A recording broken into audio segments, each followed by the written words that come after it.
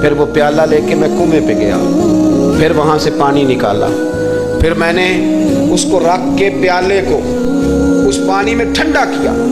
جب دودھ ٹھنڈا ہو گیا تو میں اب آ رہا ہوں، آہستہ آہستہ اس لیے چل رہا ہوں کہ دودھ گر نہ جائے، اور پریشان اس بات میں ہوں کہ دیر ہو گئی تو دوبارہ گرم نہ ہو جائے۔ آپ فرماتے ہیں لا کے میں محبوب کی بارگاہ میں حاضر ہوا تو حضور کی آنکھ مبارک لگی ہوئی تھی۔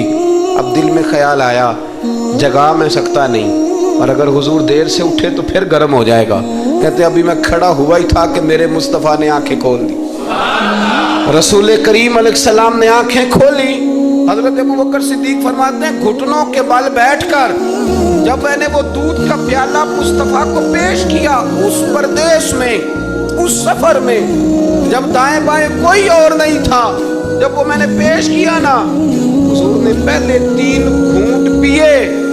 فرمانے لگے ابو درداء کہ وہ 3 گھونٹ پی کے میری طرف دیکھ کے حضور مسکرائے نا تو میں کھل کے رویا، میں کھل کے رویا۔ اور فرماتے ہیں جب نبی پاک نے وہ سارا دودھ پی لیا اور حضور نے فرمایا نا مجھے بڑا اچھا لگا ہے، تو فرماتے ابو درداء میں اس دن اتنا راضی ہوا، اتنا راضی ہوا کہ نہ اس سے پہلے کبھی ہوا تھا نہ اس کے بعد کبھی ہوا۔ ذات رسالت کے ساتھ صحابہ کا جو تعلق ہے نبی پاک کی ذات کے ساتھ،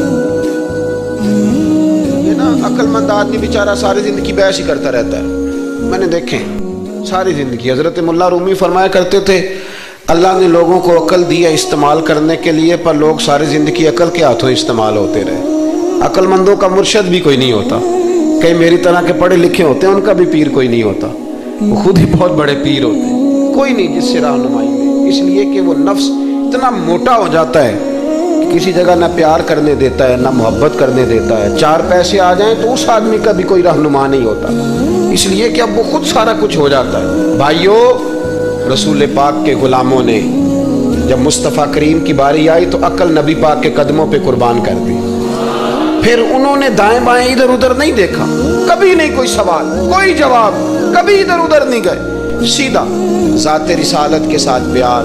پڑھیے یہ روایت تو مشکات میں بھی ہے، طبرانی میں بھی ہے۔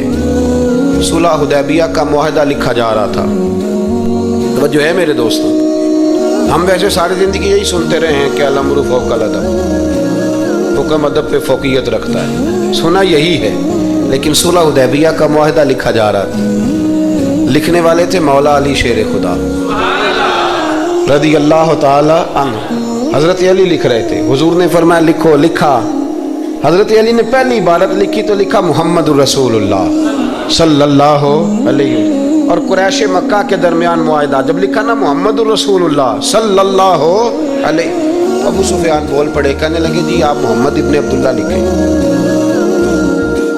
کیونکہ ہم معاذ اللہ ہم رسول اللہ تو مانتے نہیں، یہ مان جائیں تو جھگڑا ختم۔ محمد ابن حضور محمد ابن عبداللہ بھی ہیں نا، اور محمد رسول اللہ بھی ہیں۔ امام زرقانی کہتے ہیں نبی کریم علیہ الصلوۃ والسلام نے فوراً کہا حضرت علی سے، علی اس طرح کرو رسول اللہ کاٹ کے نا تو ابن عبداللہ لکھ دو۔ حضرت مولا علی شیر خدا خاموش ہو گئے۔ سنا ہم نے یہی ہے ساری زندگی کہ حکم فوقیت رکھتا ہے، لیکن حضرت علی خاموش ہو گئے۔ حضور نے دوسری دفعہ کہا علی رسول اللہ کاٹ کے نا تو محمد ابن عبداللہ لکھ دو۔ حضرت مولا علی شیر خدا خاموش ہیں۔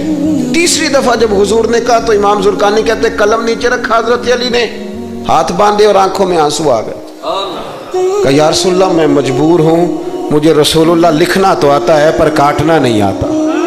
حضور میں نا یہاں مجبور ہوں، حضور میں مجبور ہوں، لکھنا آتا ہے پر کاٹنا۔ بھئی سوال اٹھتا ہے نا کہ لکھنا آتا ہے تو کاٹنا کیوں نہیں آتا؟ لیکن 1500 صحابہ موجود تھے، کسی نے اعتراض نہیں کیا کہ علی حضور حکم دے رہے ہیں لکھو، کیوں نہیں لکھ رہے؟ جہاں وہ مفتی ہوتا نا، وہ B com M S C تو فٹافٹ درس دیتا، مولانا آپ یہ کیا کہہ رہے ہیں؟ حضور نے کہا تو ویسے کریں۔ اور میرے بھائی جب محبت ہوتی ہے نا، ایک شعر ہے خواجہ غلام فرید صاحب کا، اگر آپ کی سمجھ میں آئے تو بڑی اچھی بات ہے، نہ آئے تو پھر بھی بڑی اچھی بات ہے، اگر سمجھ میں آئے تو کیا بات ہے۔ خواجہ غلام فرید صاحب کہا کرتے تھے تن تندور ہڈاں دا بالن تے اسی ہاں ماں نال تپایا،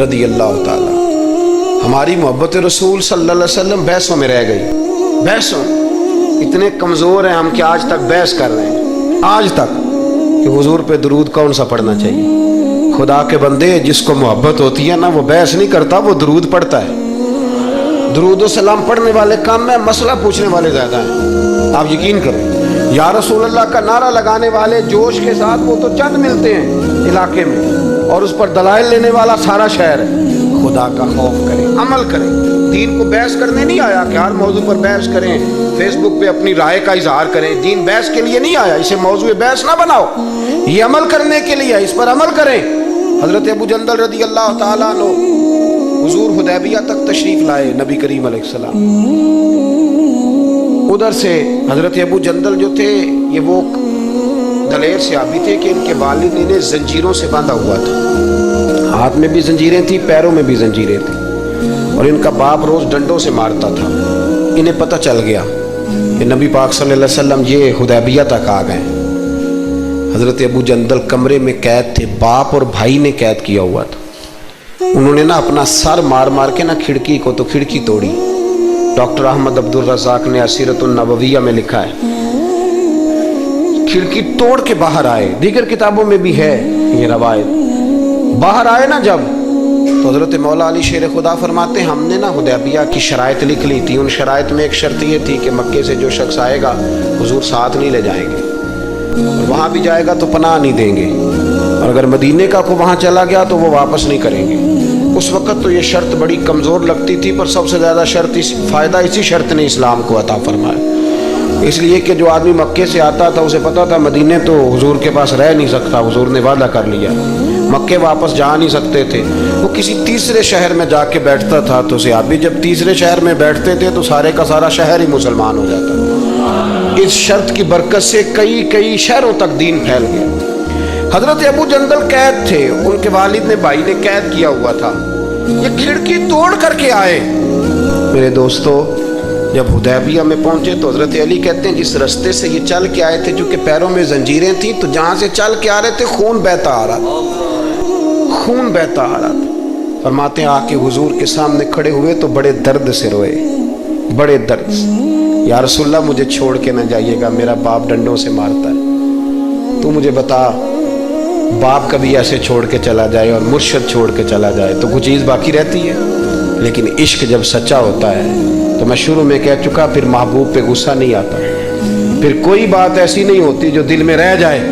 میرے کریم رسول صلی اللہ تعالی علیہ وسلم کے سامنے درد سے روئے, یا رسول اللہ چھوڑ کے نہ جائیے گا, حضور یہ دیکھیں میرا باپ مجھے ڈنڈوں سے مارتا ہے. حضرت علی کہتے ہیں کہ چونکہ معاہدہ طے ہو گیا تھا, ابھی دستخط نہیں ہوئے تھے, ہمارا دل کر رہا تھا کہ حضور اجازت دے تو ہم ان کافروں کے پرخچے بکھیر دیں, اتنا بھی کوئی ظلم کرتا ہے. لیکن کہتے ہیں حضور اٹھے, حضرت ابو جندل کا سر محبوب نے اپنے کندھے پہ رکھا. جناب ابو جندل بھی کھل کے روئے. ایک باری میریاں اکھیاں چوں اونا نے اتھرو پونجے سن, ہن تے چسکا پہ گیا رونے دا, تے ہر ویلے آہو زاری دا. کہتے ہیں کھل کے روئے حضرت ابو جندل کہ حضور مجھے چھوڑ کے نہ جائیے گا. جب وہ رو رہے تھے تو ابو سفیان اٹھے, کہا آپ نے وعدہ کر لیا, لے جا نہیں سکتے. ایک صحابی نے کہا بھی تو دستخط نہیں ہوئے, کہا نہیں پھر ہم توڑتے ہیں معاہدہ. سننا بات, غور کرنا. عقل کہاں تک انسان کو پریشان کرتی ہے, اور محبت اسے کتنا سلیقہ سکھاتی ہے, کتنی اطاعت اور اتباع سکھاتی ہے. نبی کریم علیہ السلام نے نا حضرت ابو جندل کو تسلی دی, پھر حضور نے تھپکی دے کے نہ کندھے پہ فرمایا تیرا تھوڑا سا امتحان رہ گیا. دل پہ ہاتھ رکھ کے بتانا کام بڑا مشکل ہے, تیرا تھوڑا سا امتحان رہ گیا ہے. جناب ابو جندل کو یہ کہہ کہ حضور نے رخ انور پھیرا تو ان کے والد نے گریبان سے پکڑا, کھینچ کے لے گئے اور کہنے لگے ان کے ساتھ تو معاذ اللہ جانا چاہتا تھا جو تجھے لے کے نہیں گئے, ان کے ساتھ. جناب ابو جندل نے باپ کا ہاتھ جھٹکا, اٹھ کے کھڑے ہوئے, کہنے لگے زیادہ باتیں نہ کر, میرا تو ایمان پہلے سے زیادہ مضبوط ہو گیا ہے کہ میرا رسول وعدوں کا پکا ہے, میرا تو ایمان پہلے سے مضبوط ہو گیا. اور کیا شاندار لفظ لکھے ڈاکٹر صاحب نے. حضرت ابو جندل کہنے لگے ابا آپ تو اس طرح کر, میری یہ زنجیریں کھول دے, ہاتھوں کی بھی کھول دے، پیروں کی بھی کھول دے، اور مجھے بتا میں نے کس کمرے میں قید ہونا ہے، تو بس بتا دے کہاں قید ہونا ہے۔ اب میں تیرا قیدی نہیں ہوں، اب میں محمد عربی کے حکم کا قیدی ہوں۔ جب تک رسول اللہ صلی اللہ علیہ وسلم کا نیا حکم نہیں آتا میں قید میں رہوں، اور میں خوشی کے ساتھ رہوں گا۔ جتنے کفار وہاں کھڑے تھے نا، جتنے کھڑے تھے، جتنے، حضرت ابو جندل کے والد سمیت، وہ کہتے ہیں ہماری توجہ باقی معاملہ سے ہٹ گئی اور جناب ابو جندل کی طرف چلی گئی۔ یہ بھی رنگ ہوتا ہے، یہ بھی، وہ کیا کہا تھا میاں صاحب نے؟ میاں صاحب فرمانے لگے کچا رنگ للاری والا جڑا چڑھدا لیندا رہندا، اے عشق تیرے دا رنگ محمد چڑھ جائے پھر نہیں لیندا۔ یہ پکا رنگ ہوتا ہے، اپنے آپ کو سمیٹیں، دین کے ساتھ خشک رشتہ بناؤ گے تو لمبا نہیں چلے گا، لمبا نہیں چلے گا۔ جو بوجھ سمجھ کے نماز پڑھتے ہیں نا، وہ تو زور سے عصر تک مسجد کے حجرے میں گپے لگا رہے ہوتے ہیں، عصر کی اذان ہوتی ہے تو کام یاد آ جاتا ہے۔ یہ بہت بڑی سزا ہے۔ ساری زندگی انسان باقی سارے کام دلچسپی سے کرے اور نماز اس پر بوجھ رہے تو اسے توبہ کرنی چاہیے کہ کہاں کوئی ایسی کوتاہی ہے جس کی وجہ سے یہ سارا کچھ ہے۔ میرے بھائی، جب محبت ہوتی ہے پھر سجدے بھی طویل ہوتے ہیں، جب محبت ہوتی ہے پھر قرآن پاک کی تلاوت کی بھی کثرت ہوتی ہے، جب محبت ہوتی ہے سارے کام آسان ہو جاتے ہیں۔ حضور سے محبت کریں، وہ کیسے پیدا ہوگی؟ درود و سلام زیادہ پڑھا کریں، حضور کی نعتیں زیادہ سنا کریں۔ اور نعت کے لیے محفل ضروری نہیں ہوتی، اب تو ٹیپ ریکارڈر پہ بھی نعت مل جاتی ہے۔ رات کو کوشش کریں نعت سن کے سویا کریں، نعت سن کے۔ مجھے ایک سنگی نے کہا ایک دفعہ کہ محبت رسول بچوں میں پیدا کرنی ہو تو کیا طریقہ ہے؟ تو میں نے کہا میں نے تو ایک بزرگ کو دیکھا ہے، میرا خیال ہے اس طرح محبت پیدا ہو ہی جاتی ہے۔ ایک ہے میں تقریر کر رہا ہوں محبت رسول پہ، تو یہ تو کئی دفعہ رٹے رٹائے جملے بھی ہو سکتے ہیں۔ ایک ہے میرے بچوں میں جب محبت رسول پیدا ہوگی تو وہ میرا عمل دیکھیں گے، اس سے محبت کریں گے۔ ایک بزرگ گھر میں لیٹیں، اچانک رونے لگے، بیوی جاگی، بچوں کو جگایا، پتہ کرو۔ بچے کہنے لگے اماں آپ پوچھیں، پوچھ کے باہر آئی کمرے سے، اماں ابا کو کیا ہے؟ کہ تمہارے والی بات نہیں، اتنا زور زور سے کیوں رو رہے ہیں؟ کوئی حکیم طبیب کا معاملہ ہے، ڈاکٹر کا، تو بلاتے ہیں کہ بیٹا تمہارے والی بات۔ کہ اماں بتائیں تو صحیح ماجرا کیا ہے؟ کہ بیٹا کچھ بھی نہیں، تمہارے ابا کو مدینہ یاد آتا ہے، رسول اللہ کا شہر یاد آتا ہے، اس درد سے رو رہے ہیں۔ بتاؤ بچوں میں محبت رسول پیدا ہوگی کہ نہیں ہوگی؟ وہ تڑپ آئے گی کہ نہیں آئے گی؟ وہ سمجھیں گے نا اس بات کو کہ یہ بھی ایک دکھ ہے، یہ بھی ایک تکلیف ہے۔ لیکن اگر ابا صرف اسی لیے روئے کہ 10 لاکھ ڈوب گیا ہے، اسی لیے روئے کہ وہ سامنے والا پلاٹ نہیں مل رہا، تو پھر بچوں میں محبت نہیں پیدا ہوتی، لالچ ہی پیدا ہوتا ہے۔ عمل ہمارا، کردار، کچھ تو آنسو ایسے ہوں جو ہم نے نبی پاک کے لیے سنبھال کے رکھے، جو مدینہ شریف جا کے بہانے ہوں، محفوظ کر کے رکھے ہوں۔ دعا کرتا ہوں اللہ تعالیٰ کی بارگاہ میں اللہ ہمیں اپنے محبوب کی سچی غلامی عطا فرمائے، غلامی میں زندہ رکھے، غلامی میں موت عطا فرمائے۔ آمین۔ آخر دعوانا